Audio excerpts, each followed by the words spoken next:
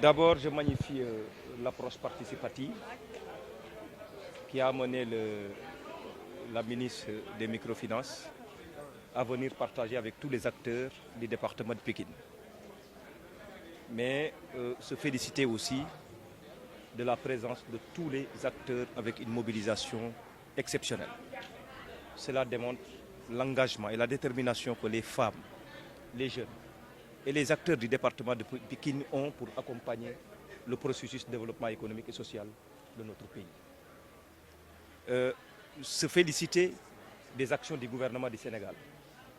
pour accompagner nos acteurs dans le financement des projets et programmes. Dans ce qu'on appelle l'économie solidaire, nous avons constaté que c'est un regroupement d'acteurs autour d'associations, de mutuelles ou autres qui permettent aujourd'hui une économie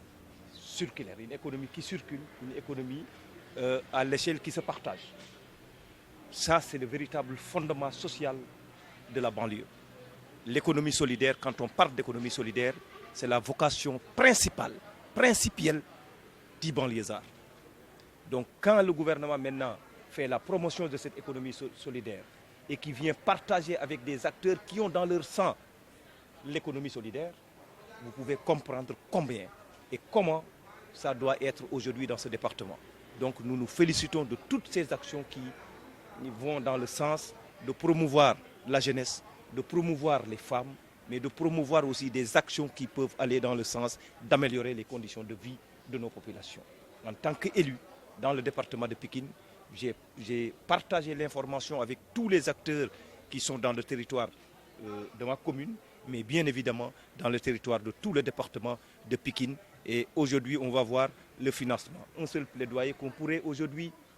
émettre, faire de sorte, demander au gouvernement, demander à la ministre d'augmenter les fonds qui doivent être aujourd'hui alloués, 250 millions, c'est bien,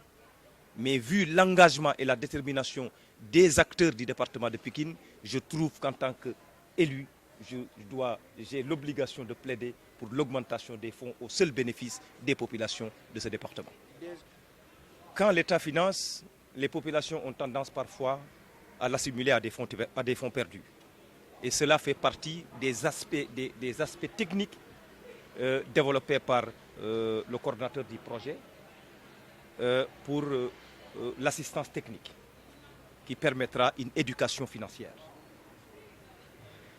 Former les acteurs pour que ces acteurs comprennent en retour que ces financements, c'est à rembourser. Donc ça, c'est une partie. Mais les taux de remboursement, ça, on doit toujours plaider pour que les taux de remboursement soient revus à la baisse, tel que souhaité par son Excellence, le Président de la République, le chef de l'État du Sénégal. Nous sommes dans des pays d'Afrique où le taux de remboursement est très élevé. Et ça, c'est inacceptable pour des pays qui veulent aujourd'hui aller vers un développement. Le président de la République a mis en place le plan Sénégal émergent et ce plan Sénégal émergent tire sa source de l'émergence des populations. Et l'émergence des populations doit naturellement venir par des actions de financement, de partenariat pour des projets et programmes qui doivent renforcer aujourd'hui la mise en œuvre du plan Sénégal émergent. Donc pour le taux de remboursement, c'est vrai qu'aujourd'hui on assiste à un taux de remboursement revu à la baisse, mais toujours nous allons solliciter que ce taux revu à la baisse soit toujours qu'on continue à revoir à la baisse ce taux de remboursement qui sera bénéfique aux acteurs et bénéfique aux populations, c'est-à-dire les populations du département de Pikine. Si cette population émerge véritablement, c'est li may njëkk kontaan mooy d'abord approche bi nga xamante ne moom la ministre bi def. Approche bi mooy approche participative bi nga xamante ne bi muy ñëw di partager ak département Pikine dafa woo acteurs yëpp. Rafetlu bu baax a baax nag la nga xamante ne mooy mobilisation aussi acteurs yi parce que boo duggee ci biir salle bi tey di nga gis ne képp kuy acteur ci département Pikine ñëw nga toog la ko tàmbalee tey ci acteurs yi nga xamante ne ay élus lañ ñoom si seen bopp nekk ci biir département bi am ci taxawaay bu mot sëkk ñoom ñëpp taxaw nañ waaye acteurs yi ci secteurs yi yëpp ñëw nañ taxaw déglu partager ak ministre bi taxawaay bi nga xamante ne am na ci kon d'abord dañuy féliciter bu baax a baax madame le ministre ci taxawaayam di mettre en œuvre orientation yi nga xamante ne président de la république joxe na ko pour ñi nga xamante ne ñoom la dënk jege population yi. loolu bu weesoo nag lii nga xamante ne tey moom la ñuy waxtaanee di économie solidaire di financement boo xamante ne tey ci première phase bi ñu nekk nii dañ ko jagleel mutuelle yi nga xamante ne ñoom ñoo mutuelle d'épargne et de crédit yi nga xamante ne ñoom ñoo nekk ci biir territoire bu département bu Pikine bi. ñu am enveloppe bu 250 millions boo xamante ne tey moom lañ leen koy jagleel pour que acteurs yooyu buñ ci jotee taxaw liggéey boo xamante ne dina am plus-value ci biir département bi am ko it ci askan bi nga xamante ne ñoom ñoo ko jël. loolu nag dañ ci kontaan bu baax te loolu dafay aussi recouper li nga xamante ne moom mooy dëgg-dëgg liy caractériser nit ku dëkk ci banlieue. parce que bu ñuy wax économie solidaire mooy ñi nga xamante ne dañuy regroupé wu ci association regroupé wu ci mutuelle yaa xam mutuelle la association la fondation la wala leneen regroupé wu liggéey ba pare xaalis bi di circuler te lépp loo xamante ne am nañ ko comme bénéfice dañuy toog xool nan lay demee pour ñu partager ko. loolu tey boo jàppee noonu lañ économie solidaire bindoo kon ki dëkk ci biir banlieue bi caractère naturel am bi mooy économie solidaire puisque noonu lay dundee. noonu ci boppam lay dundee kon kooku nga xamante ne dafa yore instrument ak ki nga xamante ne noonu la ko yàlla bindee bu ñu dajee pour liggéey ensemble yaakaar naa ne dafay gën a yomb dafay gën a yombalit taxawaay bi nga xamante ne war naa mën a nekk ci biir banlieue bi. kon nag ñu plaider rek en tant que élu enveloppe bi gaa kontaan nañ ci trop muy 250 millions puisque da enveloppe boobu day ñëw fekk si yeneeni enveloppe ci wàllum financement ci yeneeni secteur waaye nag ci économie solidaire bii. bëgg nañ enveloppe boobu ñu xoolaat ko nan lañ koy yokkee pour acteurs yi gën cee mën a taxaw te seetlu nañ it